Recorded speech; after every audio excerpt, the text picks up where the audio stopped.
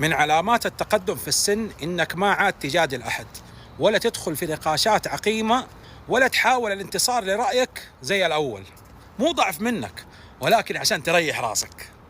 من علامات التقدم في السن إنك تبتعد عن كل الناس السلبيين في حياتك، وتقلل من قائمة الناس اللي حولك. مو قطيعة منك، ولكن ما عاد عندك طاقة لمجالسة ناس تستنزف من صحتك وحياتك ومالك، فيكون وضعك معاهم على قول المثل اللي يقول: إن جيت يا ورد سمرنا عليك، وإن ما جيت لا حسافة عليك.